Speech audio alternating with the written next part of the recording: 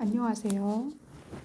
오늘 제가 들려드릴 이야기는 정말로 평범하면서도 동시에 누구나 겪을 수 있는 이야기입니다. 우리는 모두 누군가의 부모이거나 누군가의 자식입니다. 그리고 그 관계 속에서 때로는 이해할 수 없는 말들을 듣기도 합니다. 상처도 받고 서러워하기도 합니다. 오늘 들려드릴 이야기는 70대 어머니가 겪은 그런 날의 이야기입니다. 평범한 저녁 식사 중에 갑자기 나온 자식의 한마디가 인생을 흔들어 놓은 그런 이야기요. 그 말이 뭐였는지, 그리고 그 말 이후 어머니의 마음에 어떤 변화가 생겼는지 천천히 함께 들어보시겠습니다. 평범한 오후. 그날 오후는 정말 평범했습니다. 아침부터 집안 여기저기를 살펴봅니다.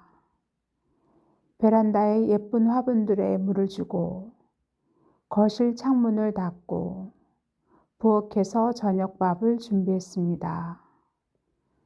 자식이 온다는 연락이 왔거든요. 엄마, 저 오늘 저녁에 들어갈게. 그 짧은 문자 하나에 하루 종일 마음이 들떴습니다. 며칠 만에 보는 자식이니까요. 요즘 자식은 바쁩니다. 일도 많고 아이들도 챙겨야 하고, 그렇게 바쁜 와중에도 시간을 내어 온다는 것이 어머니에겐 얼마나 소중한지요. 밥상을 차릴 때도 신경을 많이 썼습니다. 자식이 좋아하는 반찬들을 생각하며 준비했습니다. 두부도 부치고 미역국도 끓이고 오랜만에 소고기도 샀습니다. 손이 조금 떨렸습니다. 요즘 수저를 들 때나 음식을 다룰 때 자꾸만 손이 떨리곤 했습니다. 이게 뭐지? 혼잣말을 중얼거렸습니다. 하지만 대수롭지 않게 생각했습니다. 나이가 들면 그럴 수 있다고, 시간이 지나면 나아질 거라고 스스로를 위로했습니다. 자식이 도착했죠. 초인종이 울렸습니다. 그 소리에 얼굴이 활짝 펴졌습니다. 거울에 비친 자신의 모습을 재빨리 정돈했습니다. 어서 와. 현관문을 열며 자식을 맞이했습니다. 자식도 피곤해 보였습니다. 얼굴에 피로가 묻어났습니다. 그렇지만 어머니를 보자 인사를 했습니다. 엄마, 안녕하세요. 아직도 그렇게 인사하는 자식이 예뻤습니다. 들어와, 들어와. 밥 준비했으니 바로 앉아. 옷장에 자식의 외투를 걸어주며 밥상 앞으로 이끌었습니다. 밥상 위에 그 말, 밥을 퍼담고 국을 떠주었습니다. 먹어, 많이 먹어. 자식은 고마워하며 수저를 들었습니다. 서로 몇 마디 안 되는 말을 나눴습니다. 요즘 어때? 일은 잘 되니? 네, 바쁘기만 해요. 손주들은? 아이들도 잘 있어요. 이런 식의 평범한 대화, 서로의 안부를 묻는 그런 대화였습니다. 그런데 밥을 먹다가 자식이 갑자기 수저를 놨습니다. 엄마, 목소리가 조심스러웠습니다. 어머니는 그 목소리의 톤에서 뭔가 심각한 이야기가 나올 것 같다는 직감을 했습니다. 뭔데? 혹시 요양원 한번 생각해 보는 거 어때? 그 말이 나오는 순간 세상이 멈췄습니다. 젓가락질을 하던 손이 경직되었습니다. 뭐라고? 귀를 의심했습니다. 요양원요. 한번 생각해 보는 게 어떨까 해서. 자식이 계속 말을 이었습니다. 하지만 어머니의 귀에는 그 말을 뚜렷하게 들려오지 않았습니다. 마치 물속에 잠긴 것처럼. 충격적인 그 말의 의미는 밥숟가락이 손에서 떨어질 뻔했습니다. 내가 뭐 했다고. 목소리가 떨렸습니다. 평생을 이 자식을 위해 살아왔습니다.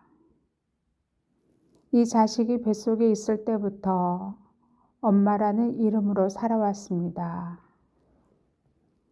밥이 없어도 이 자식에게는 나눠줬고, 옷이 없어도 이 자식에게는 입혀줬습니다. 대학도 보냈고, 결혼도 도와줬고, 손주들까지 챙겨줬습니다.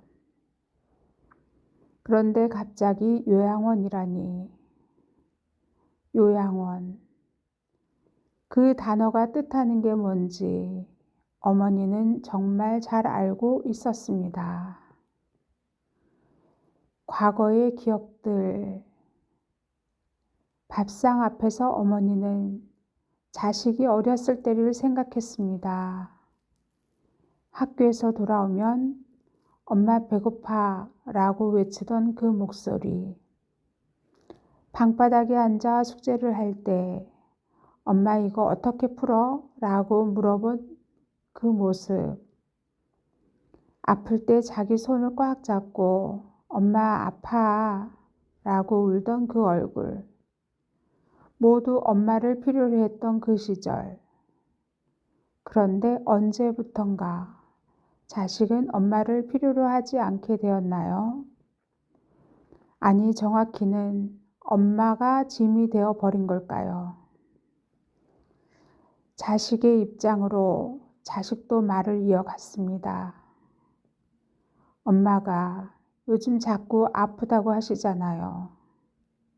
그 말을 듣고 어머니는 자신이 얼마나 약한 존재로 비춰졌는지 깨달았습니다. 여기저기 아프다고 하셔서, 그리고 병원도 자주 안 다니시고 약도 제때 안 드시고.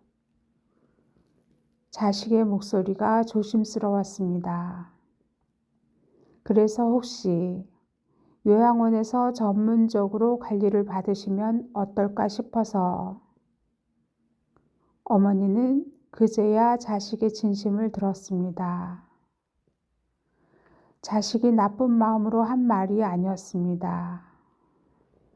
오히려 걱정이었습니다. 하지만 그 걱정이 어머니에게는 버림처럼 느껴졌습니다. 말 못한 마음, 입을 열고 싶었습니다. 나 멀쩡해. 혼자 다닐 수 있어. 왜 요양원이야? 이렇게 말하고 싶었습니다.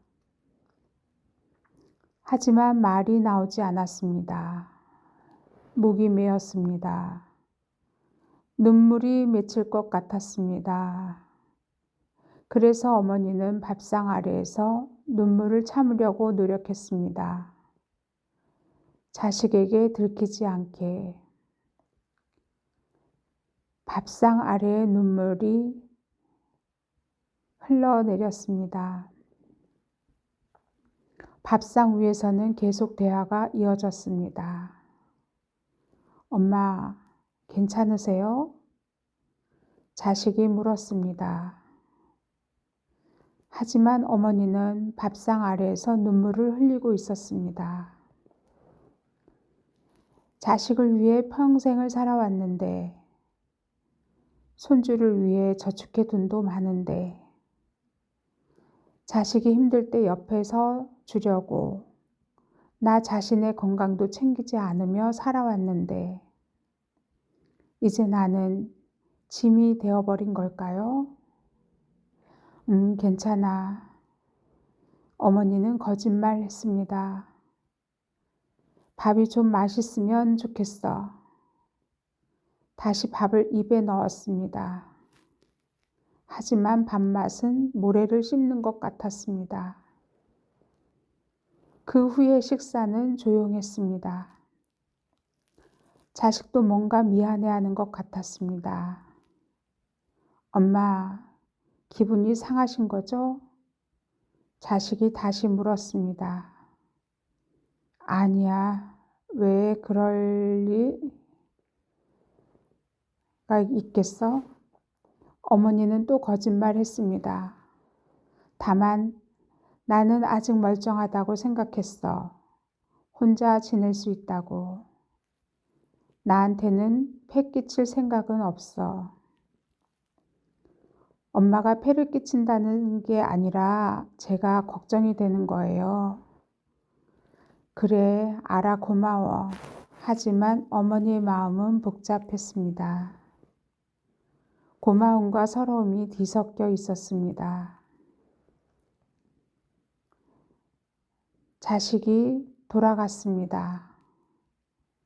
조심해서 가. 밖까지 배웅을 했습니다. 자식의 차가 보이지 않을 때까지 현관문 밖에 서 있었습니다. 그제야 눈물이 흘렀습니다. 한 줄 한 줄 입을 다물지 못했습니다. 왜 이렇게 되었을까? 혼잣말을 했습니다. 밥상으로 돌아갔습니다. 자식이 남긴 밥과 국이 남아 있었습니다. 어머니는 그걸 보며 또 눈물을 흘렸습니다. 이것이 그날의 일입니다. 평범한 오후에서 시작된 그 하루의 이야기. 당신도 혹시 비슷한 경험을 하셨나요? 자식에게서 기대하지 않은 말을 듣고 마음이 무너진 그런 경험 말입니다. 우리는 모두 누군가의 부모이거나 누군가의 자식입니다. 그리고 그 관계 속에서 때로는 서로를 제대로 이해하지 못합니다. 자식은 부모를 걱정했고 부모는 자식으로부터 버림받는다고 느낍니다. 그렇게 오해가 쌓입니다. 하지만 어쩌면 그것도 사랑의 다른 형태일지도 모릅니다. 이 이야기의 어머니는 그 후 어떤 결정을 내렸을까요? 요양원에 가게 되었을까요? 아니면 자식과의 관계에 변화가 생겼을까요? 그 이야기는 다음 편에서 계속 들려드릴게요. 오늘 함께 이 이야기를 들어주셔서 감사합니다.